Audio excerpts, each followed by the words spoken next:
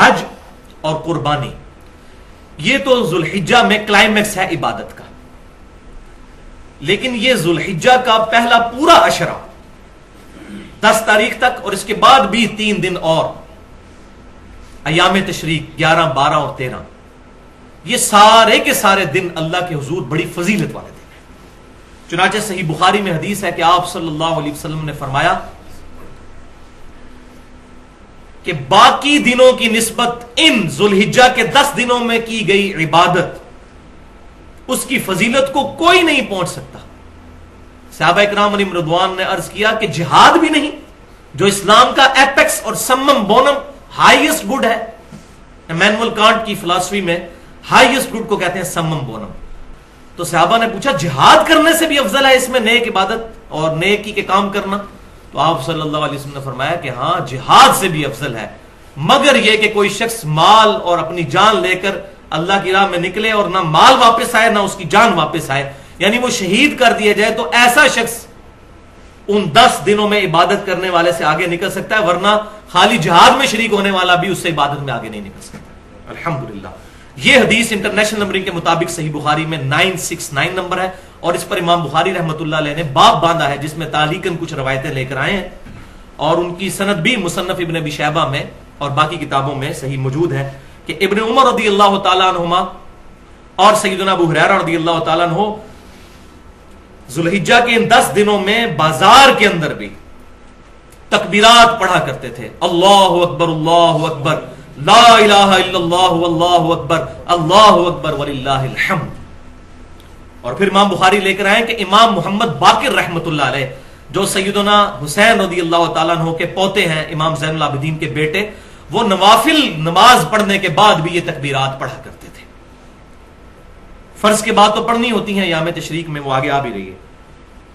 تو یہ تکبیرات جو ہیں اللہ اکبر اللہ اکبر، لا الہ الا اللہ واللہ اکبر، اللہ اکبر وللہ الحمد، ان تکبیرات پر اہل سنت اور اہل تشیع کا اجماع ہے کہ یہی تکبیرات ہیں، اور اس کی تائید میں مسند امام احمد میں بھی یہی سی صحیح بخاری والی حدیث ہے کہ ان 10 دنوں میں اعمال کا ثواب جو ہے وہ جہاد سے بھی بڑھ جاتا ہے، اور 7 الفاظ ہیں کہ آپ صلی اللہ علیہ وسلم نے فرمایا کہ ان 10 دنوں میں کثرت کے ساتھ اللہ تعالیٰ کی تحلیل، تکبیر اور تحمید بیان کرو۔ تحلیل کہتے ہیں لا الہ الا اللہ کہنے کو، تکبیر کہتے ہیں اللہ اکبر کہنے کو، اور تحمید کہتے ہیں الحمدللہ، اور یہی اس کے اندر ہے اللہ اکبر لا الہ الا اللہ واللہ اکبر، اللہ اکبر وللہ الحمد، حمد بھی آ جاتی ہے الحمدللہ۔ اور یہ جو ایام تشریق ہیں 10، 11، 12 اور 13، 4 دن، ان کا اشارتاً قرآن پاک میں بھی سورۃ البقرہ کی آیت نمبر 203 میں ذکر ہے، وَاذْكُرُوا اللَّهَ فِي أَيَّامٍ مَّعْدُودَاتٍ، اور اللہ تعالیٰ کی یاد رکھو ان مخصوص دنوں میں۔ اور اسی کے کانٹیکسٹ میں امام بخاری 969 نمبر حدیث میں لے کر آئے کہ ابن عباس رضی اللہ تعالیٰ عنہ کہتے ہیں کہ ایام معدودات سے مراد ایام تشریق ہے۔ اور مصنف ابن ابی شیبہ میں ہے کہ سیدنا علی رضی اللہ تعالیٰ عنہ 9 ذی الحجہ کی صبح سے لے کر 13 ذی الحجہ کی مغرب سے پہلے تک یہ تکبیرات پڑھا کرتے تھے، جو الحمدللہ اہل سنت اور اہل تشیع کے ہاں یہ اجماعی مسئلہ ہے کہ حج والے دن یعنی 9 ذی الحجہ، اب حج سعودی عرب میں جب ہوتا ہے ہماری یہاں پر 8 ہوتی ہے، ہم اپنے اعتبار سے ہی بات کریں گے، شب قدر بھی یہاں کی ہوگی، 9 ذی الحجہ بھی یہاں کی، تو 9 ذی الحجہ سے لے کر 13 کی شام تک الحمدللہ اہل سنت کہلوانے والے تینوں گروہ، بریلوی، دیوبندی، اہل حدیث اور اہل تشیع بھی یہ تکبیرات فرض نمازوں کے بعد پڑھتے ہیں، ایک دفعہ کم از کم بلند آواز سے، اللہ اکبر لا الہ الا اللہ واللہ اکبر، اللہ اکبر وللہ الحمد۔ اور بھائیو انہی عبادات میں سے ایک عبادت ان 10 دنوں میں بہت فضیلت والی وہ ہے یوم عرفہ یعنی 9 ذی الحجہ کا روزہ، جو صحیح مسلم میں حدیث ہے کہ آپ صلی اللہ علیہ وسلم نے ارشاد فرمایا کہ میں اللہ سے امید کرتا ہوں کہ 9 ذی الحجہ کا روزہ 2 سالوں کے گناہوں کا کفارہ بن جائے گا، 1 سال گزرا ہوا اور 1 سال آئندہ، الحمدللہ 2 سالوں کے گناہ کا کفارہ 9 ذی الحجہ کا روزہ بن جائے گا۔ لیکن یہ گناہ ہوں گے صغیرہ، کبیرہ گناہ صرف توبہ سے ہی معاف ہوتے ہیں، اور اس پہ میں نے ٹیکنیکل گفتگو کی ہے اہل سنت پاک .com پر، تقریباً 50 منٹ کی گفتگو ہے، مسئلہ نمبر 18 کے نام سے گناہ کبیرہ اور توبہ کا بیان، جس میں نے دلائل دی ہیں صحیح بخاری اور صحیح مسلم سے کہ جب کبھی بھی گناہ معاف ہونے کی بات ہوتی ہے اس سے مراد چھوٹے گناہ ہے، کبیرہ گناہ صرف توبہ سے معاف ہوتے ہیں۔ تو یوم عرفہ کا روزہ صرف غیر حاجیوں کے لیے ہے، کیونکہ صحیح بخاری اور مسلم کی متفق علیہ حدیث ہے کہ آپ صلی اللہ علیہ وسلم نے یوم عرفہ کا روزہ خود نہیں رکھا تھا، کیونکہ آپ حج کی حالت میں تھے۔ صحابہ نے آپ صلی اللہ علیہ وسلم کو مشروب پیش کیا تو آپ نے اعلانیہ طور پر پیا، تو صحابہ کو یہ بات پتہ چل گئی کہ آپ صلی اللہ علیہ وسلم کا خود روزہ نہیں ہے۔ تو غیر حاجی اپنے علاقے کے مطابق 9 ذی الحجہ کو چاند دیکھنے کے اعتبار سے روزہ رکھ لیں گے۔ اب اس میں تھوڑی سی کنفیوژن پائی جاتی ہے، میں چاہتا ہوں کہ یہ بھی ایک جو آج کل پخ چھوڑی ہوئی ہے جدید محققین نے، اس کا بھی رد کر دوں کہ بعض لوگوں نے یہ بات مشہور کر دی ہے کہ ہم سعودی عرب کا جو 9 ذی الحجہ ہے یوم عرفہ اس کے مطابق یہاں روزہ رکھیں گے۔ تو میں یہ سمجھتا ہوں کہ یہ تعلیم کی کمی ہے۔ اس کی وجہ یہ ہے کہ آج سے 30-40 سال پہلے تک ہمارے فرشتوں کو بھی یہ بات نہیں پتا تھی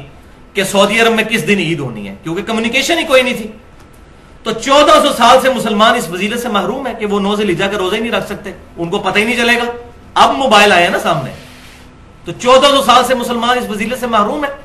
یہ پہلا جواب۔ دوسرا یہ جو الزامی جواب ہے، جس کو ہم لاجیکل جواب کہتے ہیں فلسفے کی لینگویج میں، اور میں نے پنجابی میں اس کے لیے تھوڑا سخت لفظ رکھا ہے، لیکن وہ میں ٹرانسلیشن کے طور پر جو پنجابی ہے وہ پسند کرتے ہیں پکی الزامی جواب، وہ یہ ہے کہ اگر یہ منطق مان لی جائے کہ سعودی عرب کا جو ہے وہ 9 ذی الحجہ یا یوم عرفہ دیکھا جائے گا،